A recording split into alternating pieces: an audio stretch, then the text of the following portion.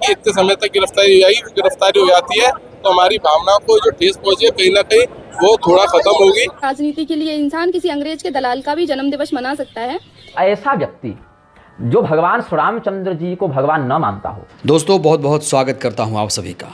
14 अप्रैल के मौके पर पूरे देश में अंबेडकर जयंती मनाई गई, लेकिन किसी को क्या पता था कि अंबेडकर जयंती के मौके पर ऐसा बवाल शुरू होगा, ऐसा हंगामा खड़ा होगा कि वो थमने का नाम नहीं लेगा।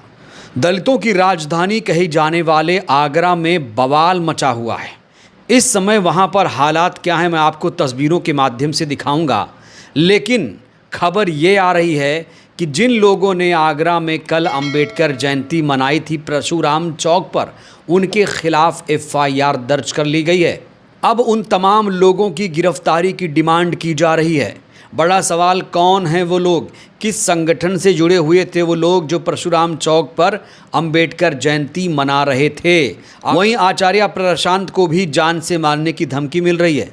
आखिर उन्हें जान से मारने की धमकी कौन दे रहा है, क्यों मिल रही है उन्हें धमकियां, ये भी बताएंगे। लेकिन शुरुआत करेंगे सबसे पहले इस वीडियो से।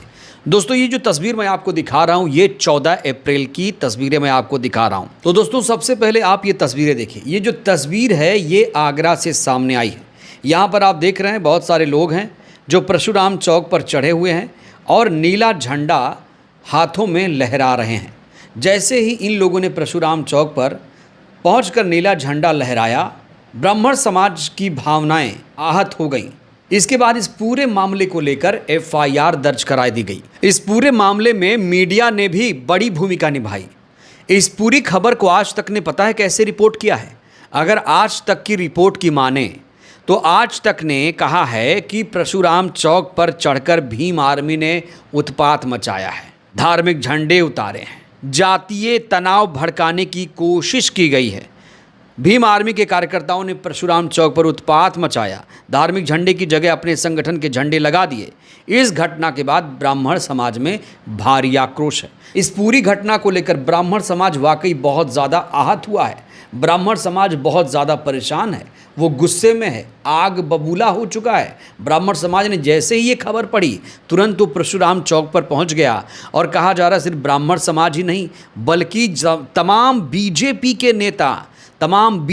के नेता भी इस आंदोलन प्रदर्शन में शामिल हुए हैं। ये तस्वीरें आप देखिए, यहाँ पर आप देख सकते हैं बड़ी संख्या में लोग पहुंचे हुए हैं। सवर्ण समाज के लोग धरना दे रहे हैं। यहाँ पुलिस और लोगों के बीच धक्का मुक्की हुई है। आरोपियों की गिरफ्तारी की मांग कर रहे हैं। पुलिस ने हालांकि मुकदमा दर्ज कर लिया है, दबिश दी जा रही है। पुलिस ने कहा है कि आरोपियों की जल्द से जल्द गिरफ्तारी होगी। तो परशुराम चौक पर पहुंचे लोगों ने क्या डिमांड की है, आखिर वो चाहते क्या हैं, यहाँ जो प्रदर्शन करने लोग पहुंचे हैं वो क्या रहे हैं, ये भी सुन लेते हैं। वहाँ जो है माहौल बिगाड़ने के लिए उसके ऊपर जूतों से चढ़ गए, वहाँ तोड़फोड़ करी, CCTV कैमरा थे उसे तोड़ा। तो इस सब को लेके बहुत जनता में आक्रोश है। अब जनता की मांग है कि जिन लोगों ने ये घटना करी है पुलिस होते ही उनके खिलाफ FIR लिखे और उन्हें गिरफ्तार करके जेल में, तभी ये आंदोलन है तो लोगों का आक्रोश शांत होगा। इसमें FIR लिख गई है, ACP त्रिपाठी ही है, तिवारी जी हैं और SO उन्होंने बताया FIR, उन्हें हमें FIR की कॉपी भी दे दी है। लेकिन अब एक जिम्मेदार व्यक्ति से जानना चाहते हैं कि ये गिरफ्तारी कब तक हो जाएगी, तो इसी के लिए सब लोग CP साहब से मिलने जा रहे हैं। उन्होंने आंदोलन किया था, उससे हम सभी की भावनाएं आहत हुई थी। आज भी समाज सड़कों पर है और निश्चित ही आपको देखने को मिल रहा है। लेकिन मैं इसमें पुलिस को धन्यवाद दूंगा कि रात को 12 बजे ये मुकदमा दर्ज होता है और मुकदमा दर्ज होने के बाद उनकी ढूंढाई चल रही है और निश्चित उनको ढूंढकर पुलिस जेल भेजेगी। मेरी ऐसी वार्ता भी हुई है और जब ये पुलिस जेल जाएंगे तभी आंदोलन समाप्त होगा। अभी हम सब लोग यहाँ से CP आगरा जी के लिए मिलने जा रहे हैं और उनसे अनुरोध करने जा रहे हैं। और पूरे विप्र समाज की ओर से मैं आपके चैनल के माध्यम से कहना चाहता हूँ, ऐसे लोगों के पीछे षड्यंत्रकारी कौन है, भीम आर्मी है या किसने ये कराया है, उन सभी पर ये कार्रवाई होनी चाहिए। तो इन लोगों की भावनाएं आहत हो गई हैं। इस बीच इस पूरे मामले में पुलिस ने क्या कुछ कहा है, आपने प्रदर्शनकारियों का वर्जन सुन लिया, पक्ष सुन लिया। अब पुलिस ने इस पूरे मामले में क्या कहा है जरा ये भी सुन लीजिए। इस समय जो है मैं SHO सिकंदरा प्रदीप त्रिपाठी जी के साथ और थाना पुलिस के साथ यहाँ मौजूद हूँ भगवान परशुराम चौक पर, जो कि पदम प्राइड चौकी थाना सिकंदरा क्षेत्र में पड़ता है।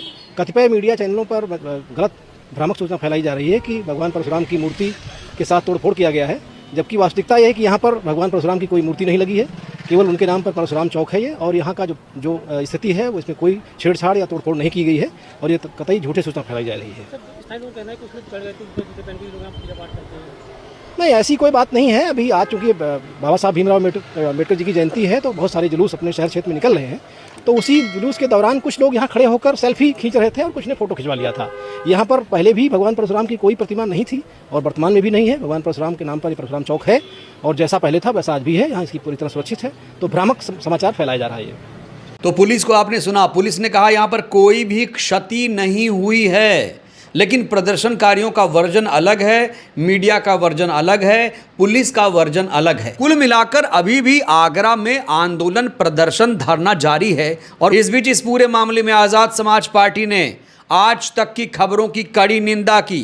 आज़ाद समाज पार्टी ने कहा है कि भीम आर्मी के नाम पर भ्रामक खबरें, भड़काऊ खबरें चलाई जा रही हैं। जिस प्रकार उत्पात, जातीय तनाव जैसे शब्दों का प्रयोग किया गया वो बेहद चिंताजनक और निंदनीय है।